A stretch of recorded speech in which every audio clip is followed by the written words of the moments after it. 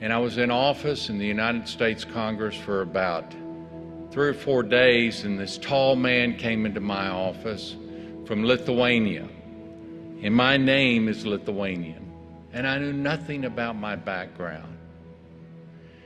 And he told me of his vision where he was head of this new party called the Sąjūdis Party. And his goal was to get them on the ballot. And he said if we could just get them on the ballot, he thought that enough people would get elected that Lithuania would declare its independence, and Estonia and Latvia would follow, and it would lead to the fall of communism. Well, in 1989 in my office, we had this incredible dream. Well, we know the rest of the story.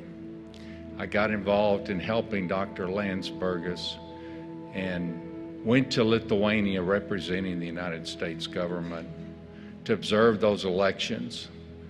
And they declared their independence, and my friend Dr. Landsbergis was elected president. And the Soviets came and surrounded their parliament building.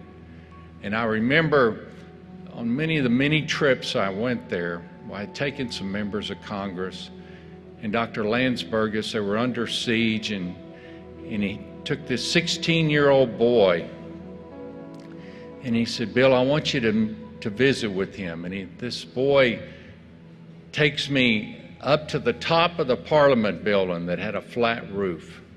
And we passed these barricades of sand with a young man standing at each place on the stairwell holding a hunting rifle. And he took me on the top, and they had 2x4s with nails driven through them. And he said, see, no helicopter can land on this building because we have all these nails. And he took me outside, and there were 1,000 people around that parliament building 24 hours a day. And he pointed at a big pile of rocks. And he said, we have rocks, and we have hunting rifles. And I said, you don't understand. You're going against the Soviet Empire. They could blow this building up with a blink of the eye. And he looked at me and he said, oh no, Mr. Congressman, you don't understand. He said, today we are free people, and we will live as free people or we will die as free people. I knew right then that communism was over and democracy would win. Well, we saw the world change, and I was blessed a few years after that when the country of Lithuania gave me their highest award when they made me their Grand Duke.